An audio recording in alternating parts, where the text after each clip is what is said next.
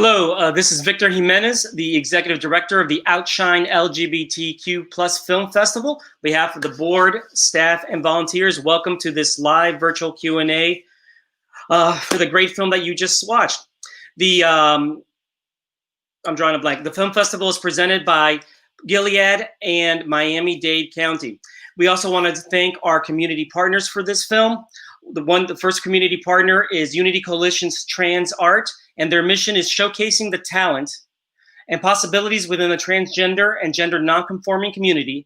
The annual Trans Art Artistic Showcase and Conference brings together a collection of talents, individuals, and artistic genres to create awareness, nurture aspiring artists, and enlighten the general population about the many layers of this community. And now we'll do a quick video. Hi, I'm Morgan Mayfair. I'm the Executive Director of Transsocial. Our mission is to expand the safe and affirming resources available to our LGBTQ plus community. And winning the Inspire 305 grant would be an awesome way to help us spread our message. We want to engage as many small business owners as possible to become safe and affirming workplaces for our LGBT plus community. And we need your help to host educational workshops to teach them inclusive workplace policies, procedures, and paperwork. Our LGBTQ plus community, and especially our trans community, needs access to safe and affirming workplaces in order to thrive. Please help us create more diversity and inclusion in Miami's small business workforce. So actually that was Transsocial's video, but no worries. I'm gonna do a quick word on Transsocial and then we'll see the Trans Art video. Transsocial is focused on expanding the safe and affirming resources available to the TLGBTQ plus community. But now we'll actually show the Trans Art video.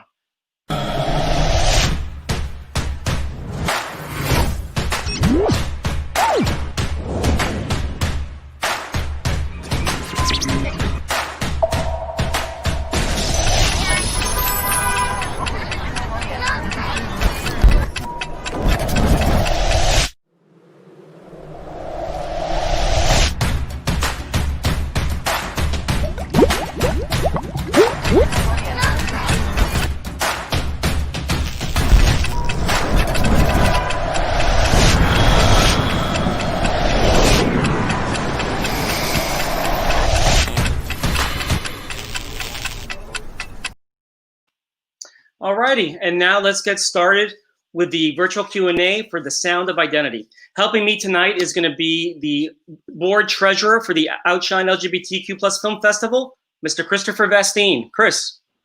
Hey everyone, how's it going? Thanks so much for the warm welcome, Victor, and thanks to our audience for being out there. And for this is day 5 now of the Outshine virtual edition, right? Exactly. How are you feeling after all this? It's your first virtual film festival. How's it going so far, Victor?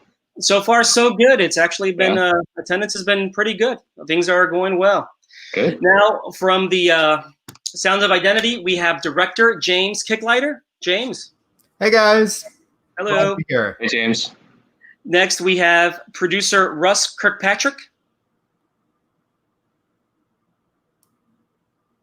Then we have actually the main subject, opera singer Lucia Lucas. Uh-oh. Hello. Hello. Next, we have director of photography, Jonathan Pope. Hey, guys. Hello. Then we have composer of the film, Nicolas Repetto. Hello, hello, hello. How are you? Hello. And we are joined by another composer, in this case, a musical composer and artistic director for the Tulsa Opera, Tobias Picker. Hello, everybody, and welcome to the virtual Q&A. Thank you for being here tonight. So my first question is actually to James and Russ. How did you come to the project, or how did the project come to you? Well, as far as it goes for me, Russ gave me a phone call and said there was a film that they had just gotten the rights to do from Tulsa Opera with Tobias Picker and Lucia Lucas. And what did I think about the story? How would I handle it? And they had this really great excitement about the opera and saying, how can we make this film as something that's going to be interesting to viewers who may not be fans of opera, who might introduce new audiences to opera while also being inclusive to existing fans of opera. And so for me, when Russ called, that was the thing that got me really excited to explore this art form and obviously to tell Lucia's groundbreaking story and the incredible artistic risk that Mr. Picker took. And I think from the producing side of things, Tobias Picker was instrumental in helping us understand the opportunity that existed for this particular story as it relates to Lucia. Not only the importance, the historical nature of it happening in the location where it did happen, but really the importance of opera as an art form and what that looks like moving forward. So for us, it was through the relationship with Tobias and others associated with Tulsa Opera. And from there, we started a conversation and we ultimately decided this was a great path to go. And that, of course, led to the other things like conversations with James to bring this story to life on film, an amazing story involving Lucia Lucas. Excellent. Thank you very much. Great. I guess the next question I would love to maybe throw to Lucia as well as to Tobias. So, well, first we'll start with Lucia, but especially Tobias, you're such a strong, role in this as well. But how did you feel, particularly being the subject of a documentary? Do you have a particular favorite moment in the film? Yeah, I enjoy talking about opera and advocating for opera. Of course, advocating for trans people is very important to me. But just also introducing opera to people who haven't seen it before, or people who haven't seen sort of a new version of opera with people who haven't traditionally been cast in operas for a long time. And I have Tobias to thank for that, really. Right. And Tobias, how about you? I mean, you have obviously a really large role in this film.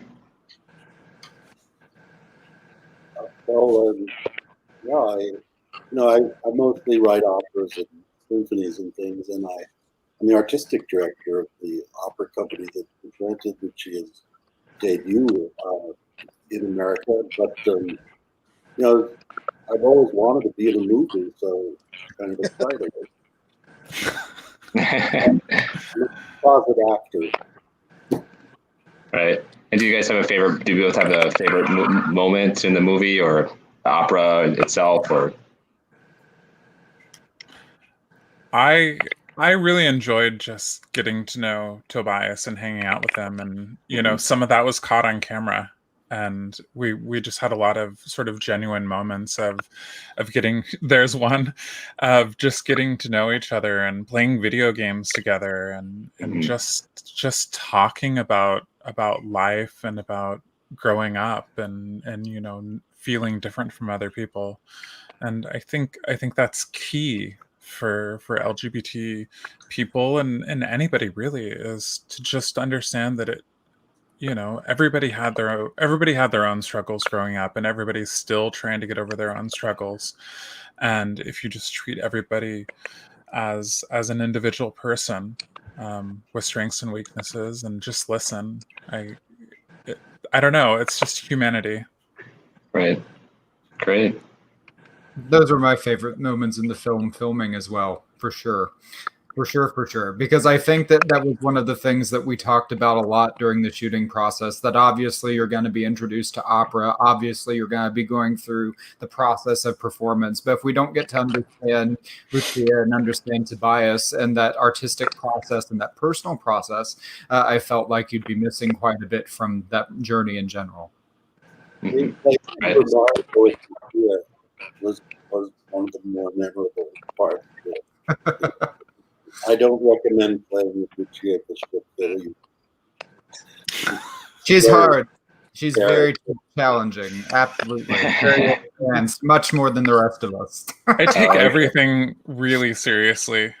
including video games. So No, but it definitely comes across for James, Nicolas, and Jonathan. Like in piecing the documentary together, and it involves opera and practicing, which is almost like you have a narrative in there. How did you guys work together to shoot the lighting, but also especially for Nicolas, like you already have this great music of the opera, and now you're also like composing the actual soundtrack for the documentary. What was the challenge actually for Nicolas? What was the challenge of that? Like taking the music that was being sung actually there and tie it into the music that you created for the actual film. Hi. Well, thank you for having me. James and I have worked on several films together already, so we've developed a shorthand when it comes to what he wants for scores. So in this case, it was just finding the right tone for the film, the right themes, and making sure that, obviously, making Lucia the forefront of the film. So the music had to kind of help in that sense, and not trample over any of her, of her life story, and as we went along.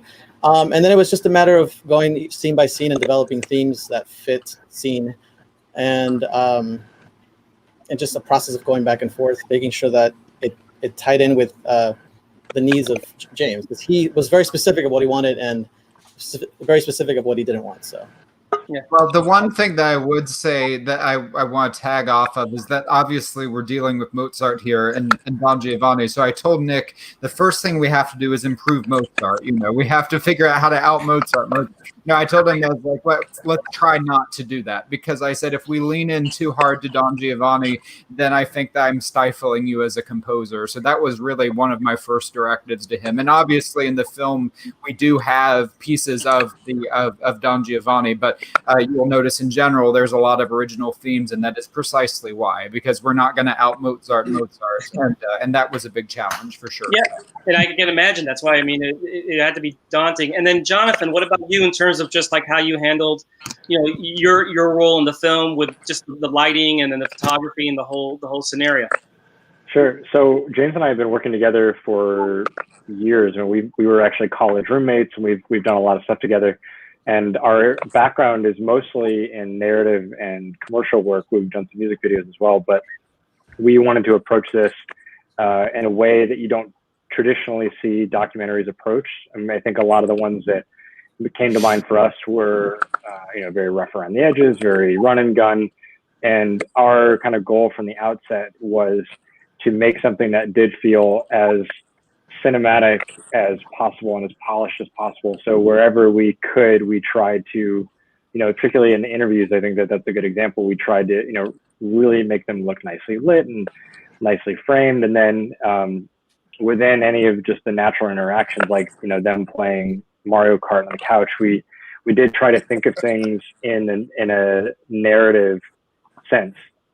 We tried to frame it up as we would a narrative. So that was kind of our approach from the beginning, was think of it in terms of a traditional narrative. So, some rules that we had where we tried to avoid handheld wherever possible. We tried to keep everything locked down and as smooth and elegant and polished as possible. So that was a fun challenge. We just felt like that would emulate the world of opera. We thought it was a heightened, larger-than-life space, and the more that it felt like a narrative film, the less it felt like a documentary, the better we were able to give viewers that opportunity to come into the world of opera, because both John and I did not have a background with opera or a relationship with opera. So before this, we were really trying to learn as much as we could to make sure that we were treating this world with the respect it deserved, and also in a way that might get new audiences interested. So we thought that was the best way to do it. Go ahead, Chris. Oh yeah, sorry. Yeah. You go on, and I'll ask the next question. Well, no, I was going to say, actually, James answered my next question, because that was going to be my next question. Do you know much about opera? But so Chris, you go ahead and you go with the next one. Yeah, sure. Well, I mean, Go on, James. Oh, no, I was just going to say that I grew up in a town of 123 people in rural South Georgia. There's not an opera house to go to. And so my relationship with opera is what you learn in music class in elementary school. You know, that's what you're taught about what opera is in rural America. And so for me, it was really trying to dive into it and learn as much as I could. And fortunately, when you have Tobias Picker and Lucia Lucas to help you, there's a lot you can learn. So we were very fortunate in that way. Excellent. Yeah, good. I was going to actually ask a couple. I know that we're talking about the film, but the actual production itself is very interesting. You know, so it's this sort of reimagining of this 18th century opera. I guess within the actual production, like Tobias, Lucia, do you have like a particular moment that you, like the reinterpretation that you particularly liked, or that you want to talk about? An interpretation of what? The actual did you have a particular moment in the actual opera that you liked, or that the way that was set that you would? Oh, well, I think just sort of piggybacking on the last question, I think that the talking about curating this world and making sure that all the shots were smooth and everything like that, and this world of opera, it's kind of interesting to be doing a documentary about living people in a company that's going on right now, because I don't know if you know how many opera documentaries there are, but there's not very many of them about living people, because this image is so protected. So I mean, that's one of the things that I appreciate that they did. So it's not necessarily a specific moment, but just going from the last question, I really appreciate the carefulness with which it was approached, because you know, this is a movie and it's great, and I hope people can go see it, but hopefully I'll still have a career, you know, in, you know, whenever the world gets going, and that's, you know, it's scary to be taking part in something that sort of pulls the curtain back, because opera is so much about this curated image. And I have to give Tobias and Lucia a ton of credit for that, because I don't know if I would have been as brave as to let somebody into my life in the middle of an international press tour, in the middle of a real production that they're putting on. And they really did give us the remarkable access, and we tried to give them as much space as we could to make sure that they put on the excellent show that they did. So I am very indebted to them for that. So, no, for sure. The production looks amazing, for sure. So we have a question from the audience. I'll put it up here real quick. From Julian Fox. Lucia, one of the most interesting parts of the documentary was to hear you talk about your love of puzzles and computer games. How do you think these two areas intersect artistically for you? Well, my mother is an electrical engineer and my dad is a civil engineer. So I had just all sorts of educational toys, you know, Legos and all sorts of different building things growing up. And so I guess I was just sort of trained for my brain to solve puzzles, and that's why. And it's not so strange that my brain works like that. It's more strange that I got into opera. So I don't know. It's a way for me to focus. I play games every single day. At least like 15 minutes with coffee, just to get my brain functioning and just to go about the day. And actually my approach of opera is different than a lot of my colleagues, because I look at all of the steps that I need to achieve to do something. I wrote an article about learning a role, and it's not about, oh yeah, you know, make sure that you feel good and that whatever. It's just like, no, do this step, this step, this step, this step, this step, and then you will have learned the role. So it's just sort of how my brain works. Well, Julian actually has a follow-up question. We'll ask it real quick. Are there computer games you find to be operatic, or operas you find to be like computer games? Well, I treat opera, the business, sort of like a computer game. I mean, it really is about levels, you know, and you go from the student level to the young artist level to the emerging professional level, and there's like different sorts of objectives that you have to achieve in the career before you can go on to the next level. So the entire career is very much like that. And as far as computer games that are operatic, well, you know, lots of computer games now are hiring composers to make scores, and it's not necessarily like through compose, but they have fragments and leitmotifs that come up at different points in a video game. So most AAA titles, most you know, expensive titles that you would see do have composers on them. Excellent. The James, real quick, the when you were piecing in this, like an editing process, also when you're piecing the documentary together, you kind of established a nice balance between the opera story, but also like the political story, not only with trans politics, but a story set in a red state. Like, was it your purpose to create that balance in the editing process?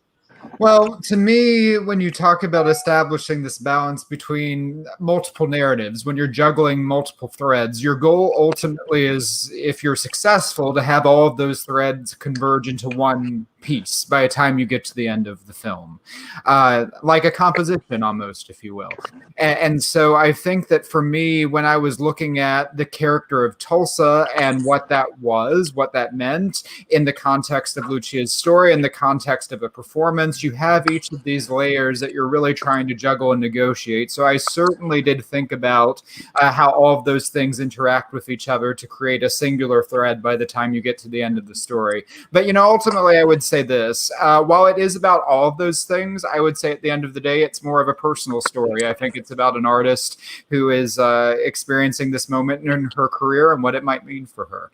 And so I think that while all those things are true, I think it's that personal journey between Tobias and Lucia and Tobias that really drive the heart of the film. Excellent. Thank you.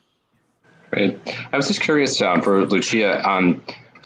I mean, you talk about a little bit in the film about sort of your reception in the opera community, whether it's the actual performers, the actual, like, you know, institutions of opera. But I guess, do you have any additional thing you can expand upon that, or even since maybe this film or this project have you noticed any shifts or any, like, kind of what's the reaction been? I think the longer that I'm in the business, the less people question me. I hope that they also question trans and gender non-conforming people less in general. But definitely, when I come into a room, more and more people know who I am, and so that makes it easier.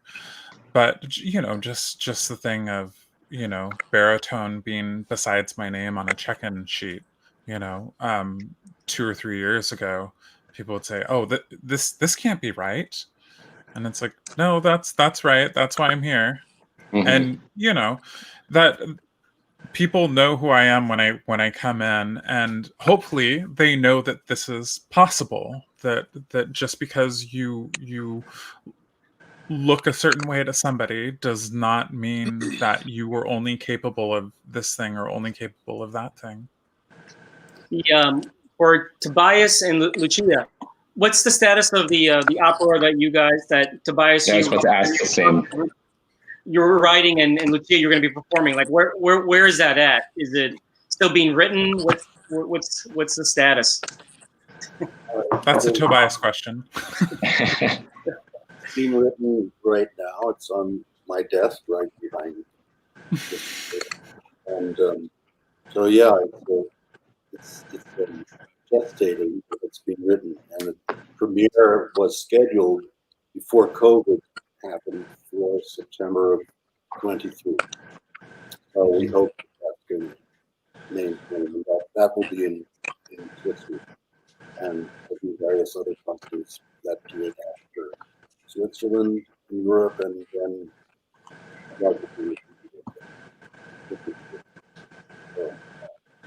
that very much came out of the discovery of Lucia and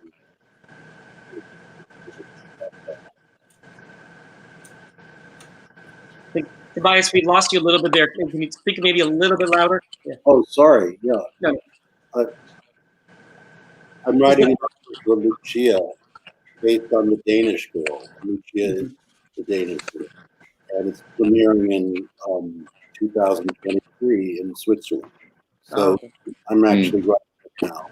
And, so when you say you hope you have a career in the future, you better, because you have to think opera, and it's going to be done a lot. So, can you hear me that time? Yeah, That's good. I'm staying in shape. Don't worry. Good. I'm not getting a day job. It's a great project, and yeah. Yeah, I mean, I guess Lucia is given. I mean, I'd be curious also as well. I mean, given I guess COVID's jumped in and thrown a major wrench, but any other plans to come back to perform in the U.S. or it's anything else come out of this? Well, actually, when I was doing Don Giovanni, I had already done auditions for the Met, but one of their casting directors was out there personally to watch me, and actually ran into him at the ramen shop after the second performance, I think. And yeah, so I should be going to the Met. I hope that their 21 part of the 2021 season still goes on. Of course, everything's subject to change, but that's a plan to come back and do that. But the thing is we don't know anything. We're still at the point where we don't know anything. There's not a vaccine that's done, and it just has to be mass produced, and there's no end date, so we don't really know. And opera companies plan up to 5 years out. So this not only messes up the next 6 months or a year, it messes up so many things. Like there were festivals that were supposed to happen this summer, and those productions couldn't be moved to next summer because next summer is already full, and they had to move it to like 2 summers later, or just to make sure that most of the cast could still do it. And then if you had 2 projects that didn't conflict before, and then now they get rescheduled on top of each other, there's just logistically, it's a mess. And I'm trying to just stay calm and stay in good voice and stay artistic and do as many artistic projects that I can with the restrictions that I have. And yeah, be ready when this is all done. Yeah, and we're doing the same thing in film. I will tell you that too. I'm sure you are. Yeah, I was going to ask James, and obviously your teams, Nicolas and Jonathan, because you all work together. Like, what's next for you? Do you have a project that once things break open, you guys are going to jump on? Like, what's going on? Well, as for me, and it involves both Nick and Don, so this is great. We've been shooting a documentary called The American Question for 4 years. That's about American value systems and how they're constructed. We literally finished shooting it right before COVID hit, and now we are editing it. So we're very lucky that we have a film that is finished shooting, and now we are putting it back together. And John shot it, Nick will compose it, so that will be definitely that. And the movie that I was hoping to be shooting, that is a scripted film, is in the same limbo that Lucia is describing, and I'll get back to you on that. But keep your fingers crossed. What about you, Russ? So we are in a similar situation. We've got a project that was in the can, so to speak, and it's in post-production now. We hope to get that to the world late this year or early next year.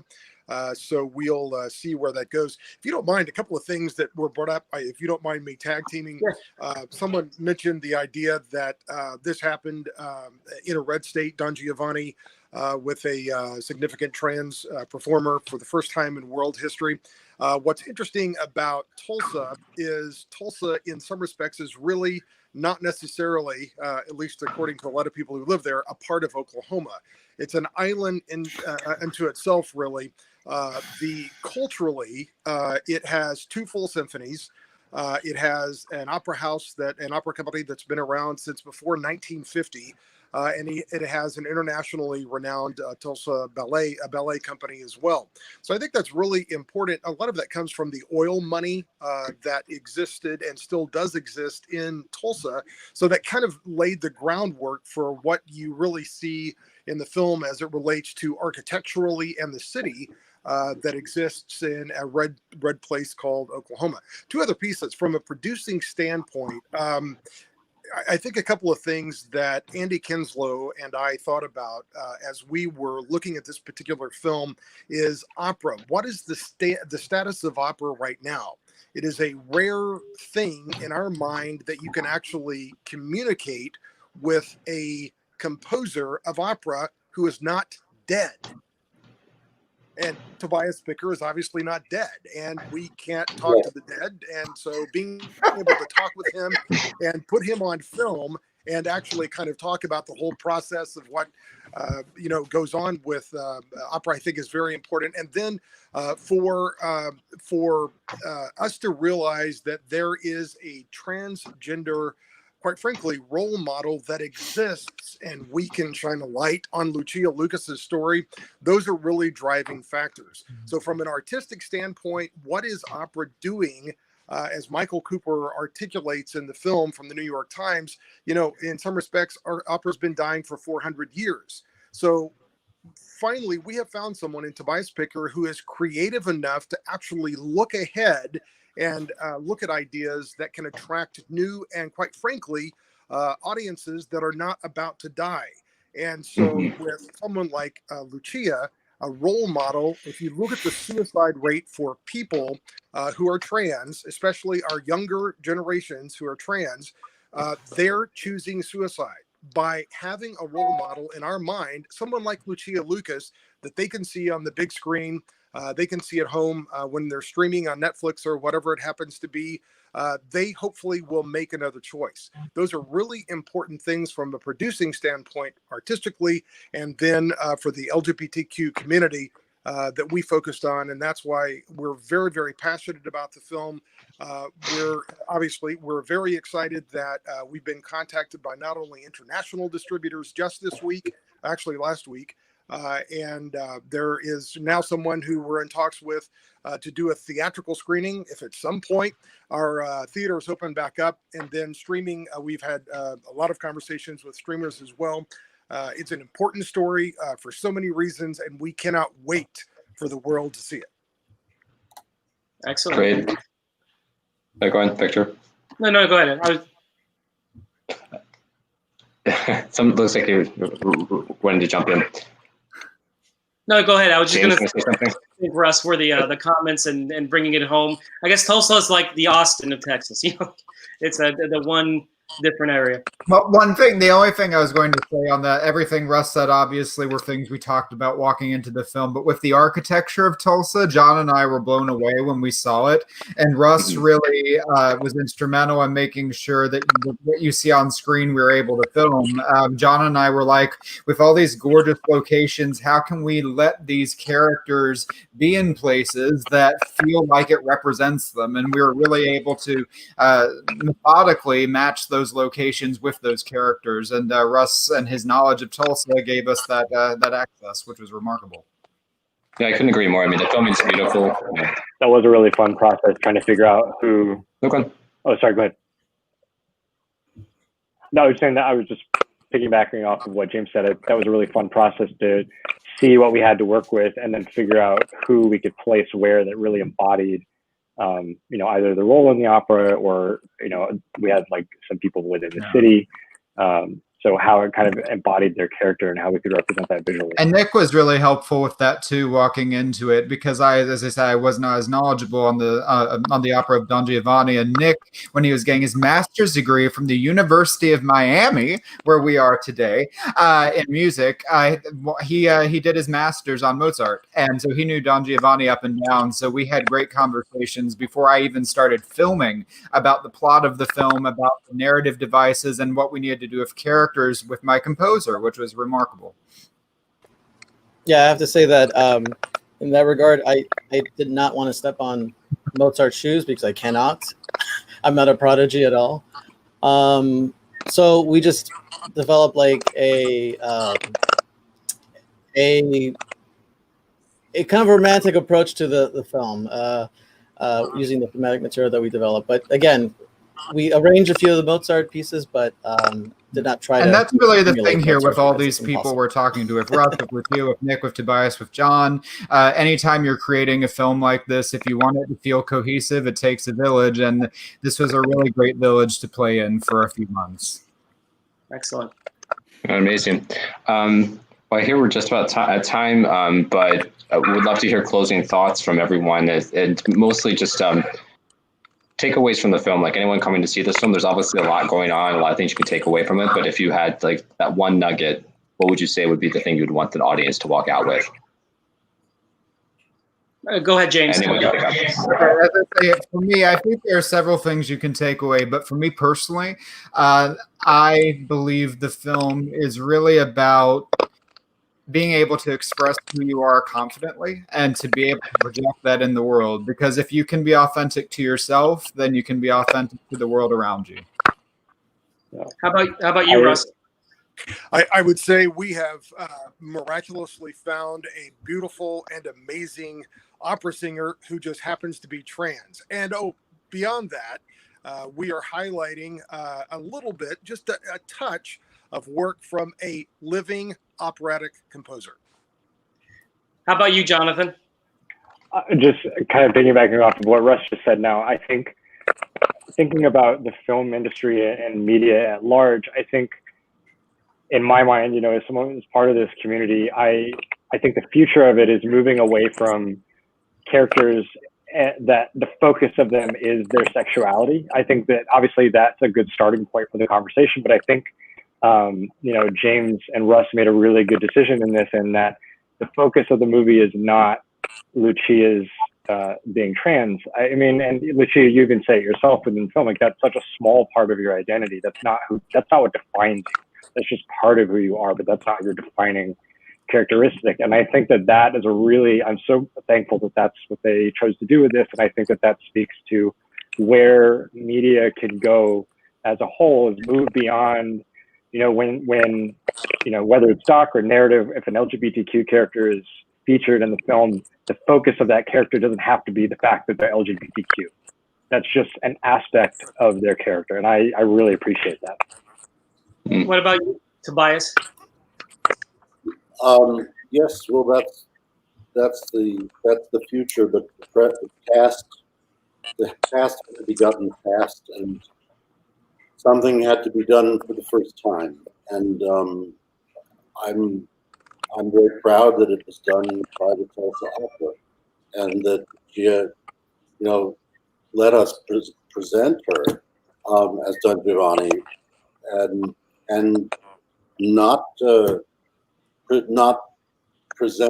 ask her to present masculine all the time, but to be herself. So to me, the film is a documentation of a very important breaking of a glass ceiling in this country, perhaps in the world.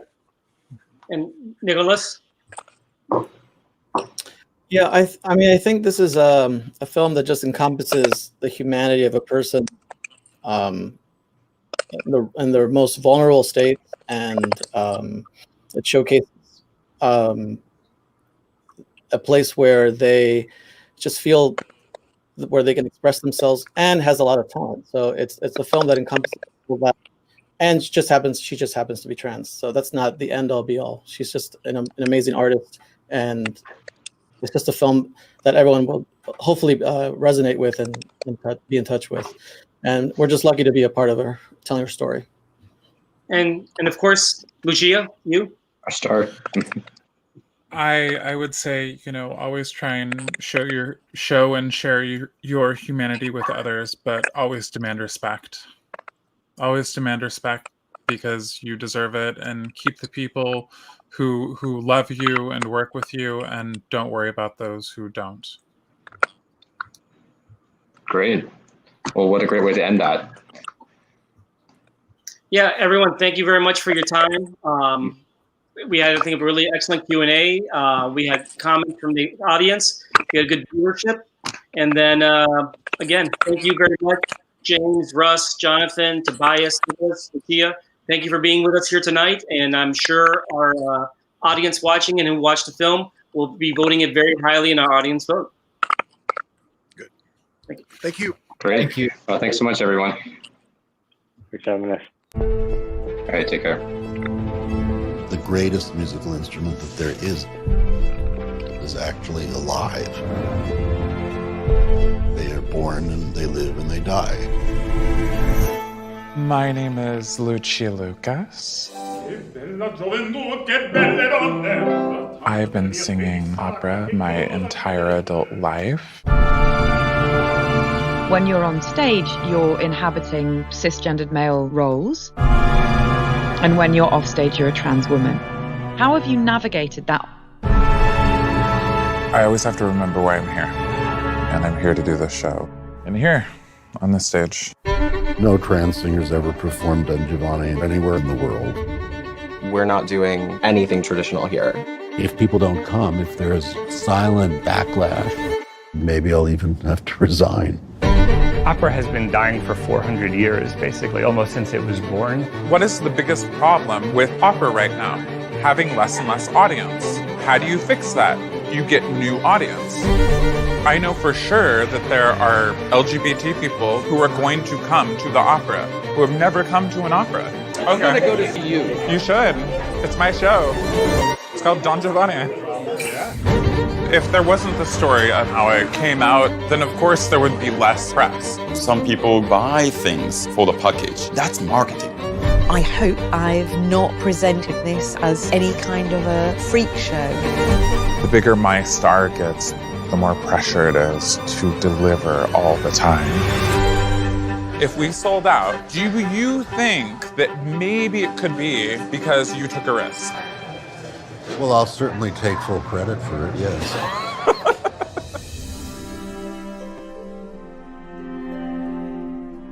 Trans is such a small part of my identity. I am trying to do art that I think is interesting no matter who you are. I want them to feel.